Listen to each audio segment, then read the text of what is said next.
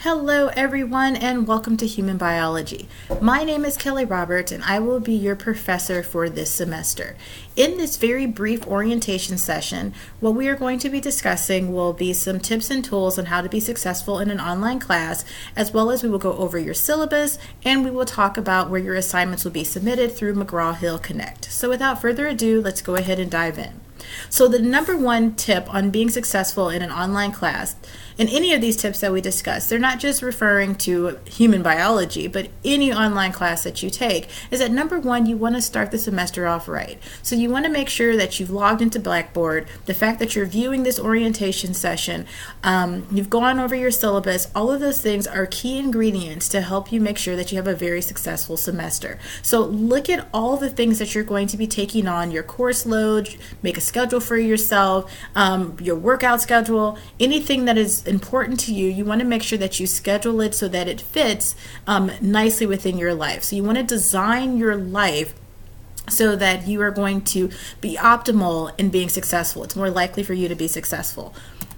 The next step that you should do is that you want to embrace the syllabus. So don't just look at your syllabus and say, oh, that's a fancy document, read the first 2 lines and then file it away. No, all the things that I expect from you and all the things that you can expect from me and what you can expect from this class are going to be found in that syllabus. So due dates, how things are graded, contact information, all of that stuff is in your syllabus.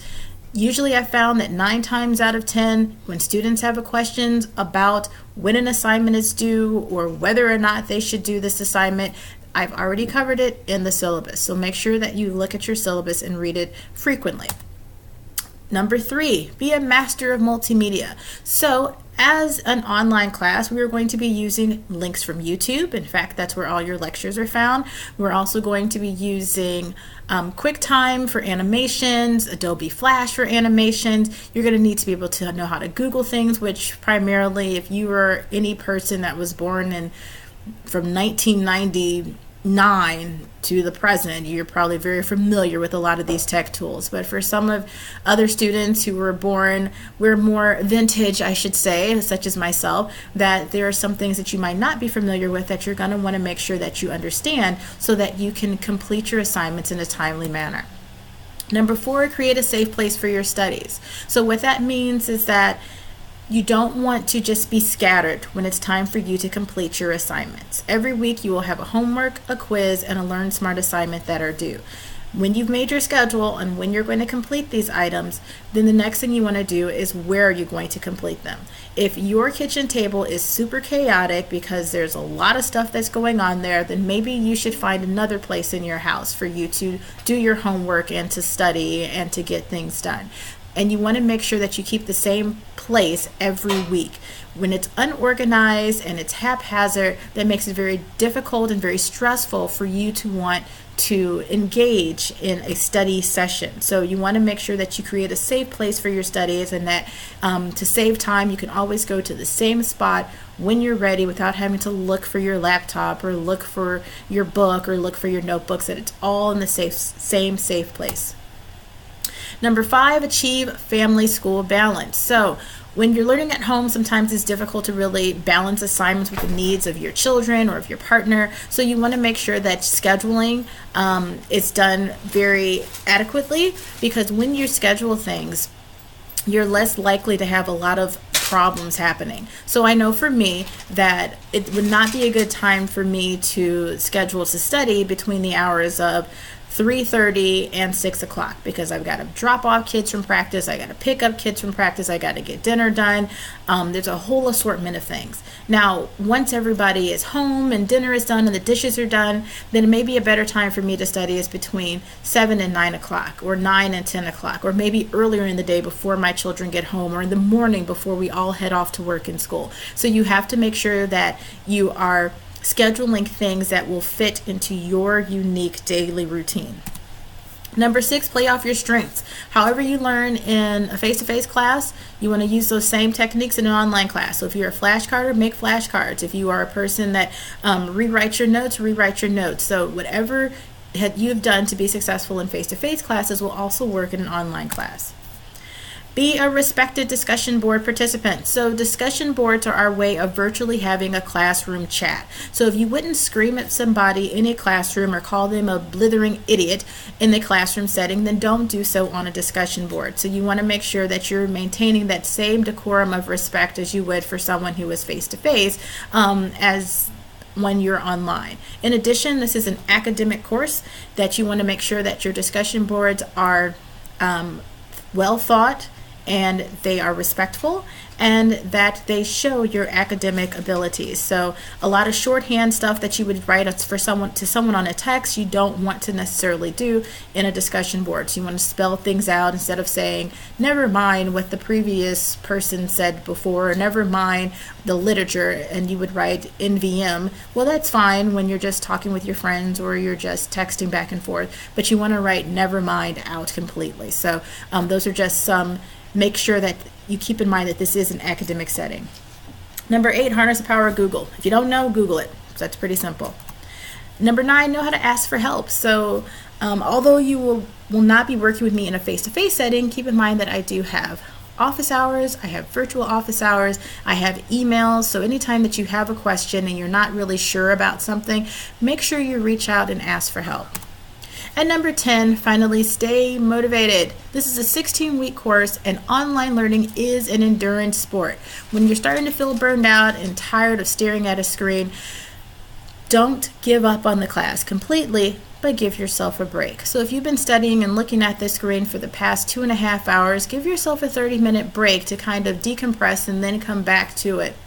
Because you have to keep in mind that the longer you stare at something and you're just engrossed in it, at some point your brain kind of starts to shut off to what's right there in front of you. So go for a walk, go for a run, maybe just watch some mind-numbing television for a little bit, and it can kind of bring you back with fresh eyes. But don't give up on the class. In addition to that, you want to stay on top of your studies very early on. So if you're in week 1 and you've kind of slacked off and you didn't really do the assignments in week 1, you didn't really do the assignments in week 2, well, by the time we get to week 3, even though it's still early in the semester, it's going to be really difficult to catch up. So you want to make sure that you stay on top of it and stay on your designed schedule so that you can be successful in this course. So now that we've talked about some tips on how to be successful in any online class, specifically this one, we're going to talk about some more specifics of this class in particular. So specifically, for human biology, this is our syllabus. So our syllabus here has some pretty standard information, what you can expect to find in the class, the ISBN number for the book, and where you can locate the book. You also have to buy a subscription to McGraw-Hill Connect. If you purchase your book from the bookstore on campus, here you already have that McGraw-Hill Connect component because it comes with the book. So grading your discussion boards, you will have 3 discussion boards for each of the 3 major chunks of units that we're doing, and here are the due dates for those. If you don't post by the stated date, then you're not going to get any points. If you do post and you don't post the appropriate amount of time, so you need to post your response, and then you need to respond to at least 2 other students. So if you don't respond to other students, then you're going to lose points for your discussion boards. You're going to lose, you only get half of the points there. So you actually need to have 5 postings to each discussion board. Your initial response and then response to 4 other students. If you don't do that, if you're missing some of those responses, then you will lose points for your discussion board. And they're worth 15 points apiece. So you don't have a discussion board every week, but you have them 3 times throughout the semester. You do have a weekly assignment that's due every Sunday. They're worth 10 points. Late assignments will reduce 50% for each day that they're late. So if the assignment is worth 10 points and you turn it in 1 day late, then it's only worth 5 points. Turn it 2 days late, then it's only worth 2.5 points. Your assignments need to be done by you and in your own words. Learn Smart modules are for credit, and those Learn Smart modules are going to be worth between 1 point and 15 points. The later we get in the semester, the more points those Learn Smart modules are. They're really good study tools because they employ what's called adaptive learning. So if you answered a question incorrectly before, it'll keep bringing that question back up to you in different ways until the system is ensured that you fully understand it until you're answering it correctly. So it's really helpful to study with, and it's also really helpful to help you prepare and do well on your exams. Weekly quizzes, so the Learn Smart modules, the assignments, and your weekly quizzes are all due every Sunday. You only have 3 discussion boards that are due on a Sunday, and they're on those dates that we just discussed here on your syllabus. Quizzes are 25 points. They'll cover material that was in the lecture in your notes, and also some material that you found in your homework assignments. You'll have 2 exams, a midterm and a final. The midterm has to be taken by March 16th by midnight, and then the final needs to be taken by May 15th by midnight. And they're both going to be worth 150 points. So there's 300 points total for both your midterm and your final. Exams not completed during this allotted time is going to result in a loss of points. So if there's about 3 hours that I give you to take those exams, if you don't complete them in those 3 hours, then you'll just, whatever points you didn't answer, you'll get 0 for that. All of your quizzes, you'll get the scores to those immediately, but in order for me to fully go over your discussion board and assignment scores, sometimes it may take up to a week, but typically I get them done a little faster than that. Even though this is an online class, your attendance will be tracked through Blackboard. If you do not participate each week, then you will be automatically removed from the course, and this could affect your financial aid. So here we have our tentative course schedule of things that we'll be going over, and it even has the discussion board due dates in there, as well as midterm and final dates. All right, so now the next place that we're going to go is that we're going to look at McGraw-Hill Connect. So this is where you're going to go to get all of your assignments, Learn Smarts, and your quizzes will be found here on McGraw-Hill Connect. So if you already have a McGraw-Hill Connect account, then you will just click sign in. If you need to register or purchase Connect, then you will, there's going to be a web address that I will give you on Blackboard that will allow you to do that. So I already have a McGraw-Hill Connect account, and so for any class that I have a McGraw-Hill Connect class for, I would just scroll down and find that particular class in that section. That's pretty much the gist of what we're going to be going over in our course.